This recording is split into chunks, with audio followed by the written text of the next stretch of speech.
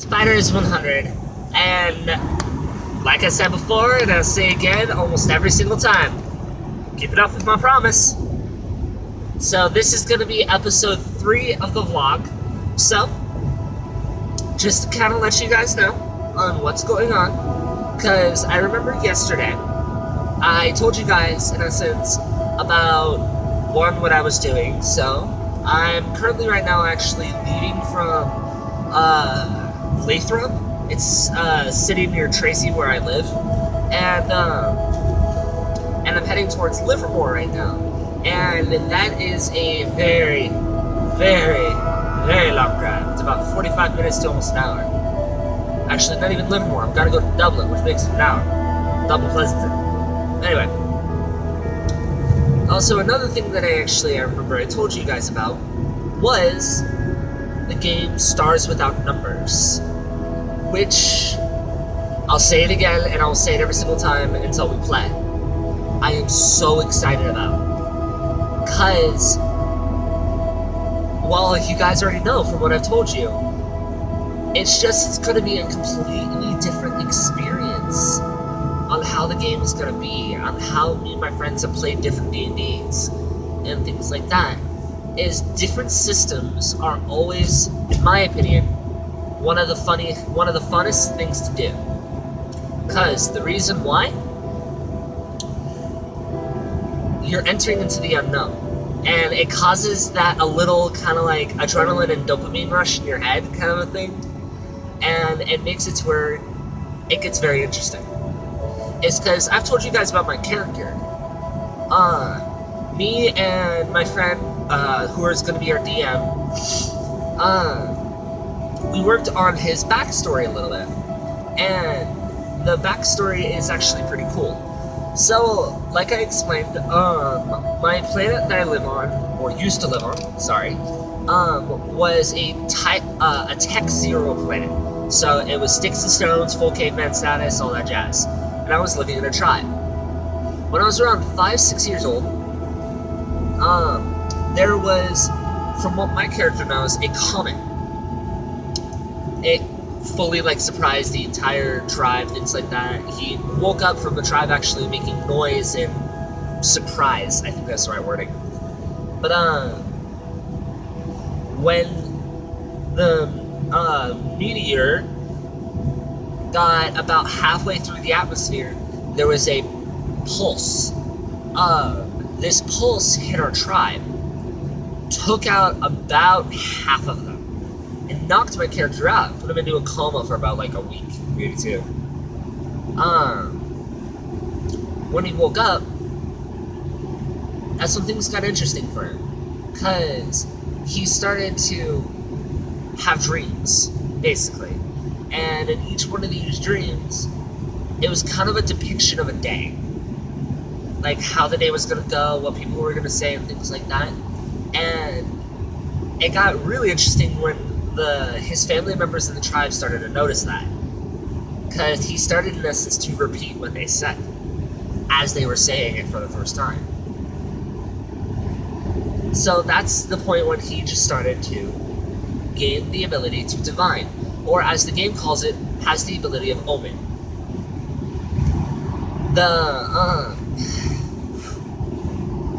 The way that I actually got with the group was, also sorry I'm not looking at the camera too much, I've got to pay attention to the road. The way that I got with the group is that our tribe believes that things that came from the sky are considered from the gods, considered things of that nature. And I was able to divine/dream that there was going to be this ship full of people that were going to fall from the sky and crash and eventually die on the planet. So I set it as my character, as a personal goal, to help keep them alive. Help them by finding plants, animals, hunting, things like that. And so I woke up, packed all my stuff, and walked to where they were going to crash, and waited there. and I waited at the crash site when everything went down. Helped them, and after they were able to get there enough material to be able to actually fix the ship and leave, I asked them if I could come along. And they said sure. It's because the amount of times that I helped them. And that's in a sense kind of like a glimpse in, or not even a glimpse, that is my character's backstory. God, I start to ramble in these videos and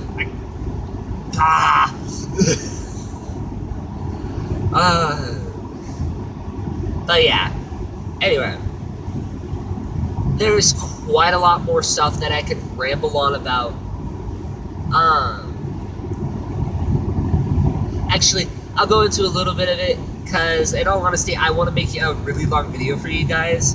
Just kind of have that to see, and then also in my head to see is like the people, the small amount of people who follow me. Does this work if you're fine with it? But anyway, going on to a completely different topic of Overwatch.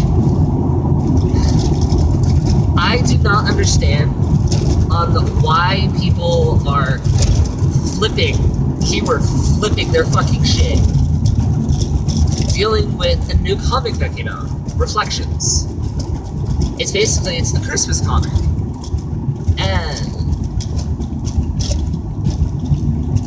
it doesn't make sense to me. It's because the reason why is in one of the pages or grouping of panels, I think that's the right wording, it is depicted that Tracer is lesbian, and she's a part of the LGBT community. There shouldn't be any kind of shit flipping. It's because, in all honesty, I think my opinion, though, is slightly biased, is because, well, I am gay, so,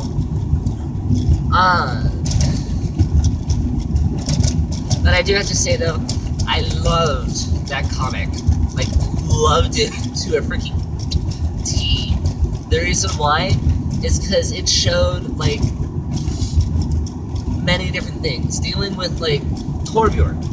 Torbjorn is, if you guys don't know what it is, Torbjorn is one of those, he's a Swedish character who, all of his stuff is basically dealing with building. You got to see a glimpse into his life. Torbjorn has a significant other.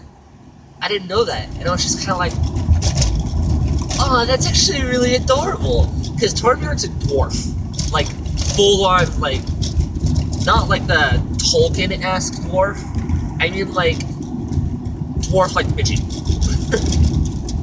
He's got the full-on stocky, but I can punch a hole through you kind of thing. Then there was, like, Genji, who is, like, the full ninja cyborg dude, kind of a thing.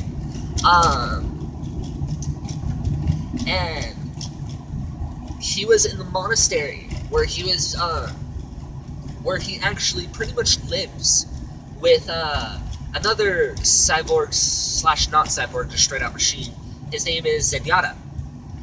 He is a Undic that has, to be fully honest, reached enlightenment, which is insane. But you see Genji with a quill in his hand, writing a letter, and in one of the panels, it's adorable with it because you can just kind of feel the emotion coming from Genji. It's just kind of like he's venting, and there's a lot of emotion going into the letter. As you see in one of the later comics, Mercy, who is a either Swedish or Danish, I can never remember, character, where she was the one who helped heal Genji. You see her standing in a tent, kind of like a refugee tent kind of a thing, and you see her reading a letter that's made out of the exact same paper. So it's just kind of like an ode to that, because it's just adorable. But anyway, before I start to die of coughing, I've created a long enough video for you guys, so have a good day, see you guys tomorrow, and is Fetters100 signing off.